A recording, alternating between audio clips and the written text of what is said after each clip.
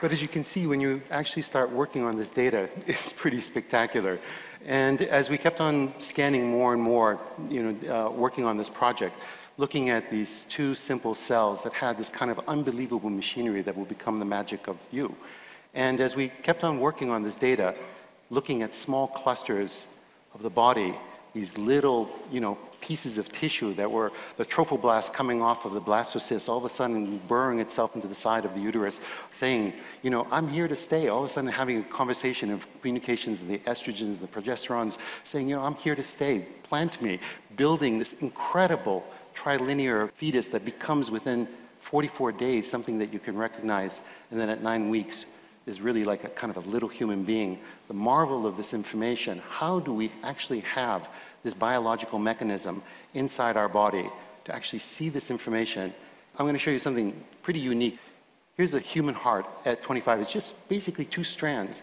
And like this magnificent origami, cells are developing at 1 million cells per second at 4 weeks as it's just folding on itself. Within 5 weeks, you can start to see the early atrium and the early ventricles. 6 weeks, these folds are now beginning with the papilla and the inside of the heart, actually being able to pull down each one of those valves in your heart until you get actually a mature heart, and then basically the development of the entire human body. The magic of the mechanisms inside each genetic structure saying exactly where that nerve cell should go. The complexity of these, the mathematical models on how these things are indeed done are beyond human comprehension. Even though I am a mathematician, I look at this with a marvel of how do these instruction sets not make these mistakes as they build what is us. It's a mystery, it's magic, it's divinity.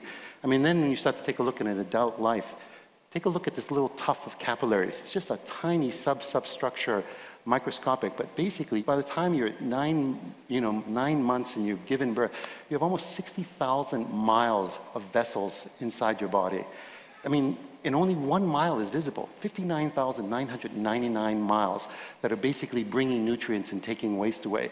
The complexity of building that within a single system is, again, beyond any comprehension of any existing mathematics today. And then instruction set from the brain to every other part of the body. Look at the complexity of the folding. Where is this intelligence of knowing that a fold can actually hold more information?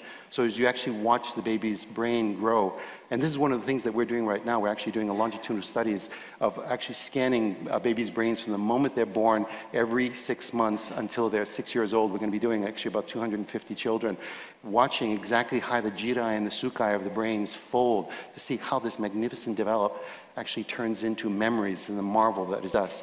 And it's not just our own existence, but how does the woman's body understand to have genetic structure that not only builds her own, but then has the understanding that allows her to become a walking immunological cardiovascular system that basically is a mobile system that can actually nurture, treat this child with the kind of marvel that is beyond, again, our comprehension, the magic that is existence, that is us. Thank you.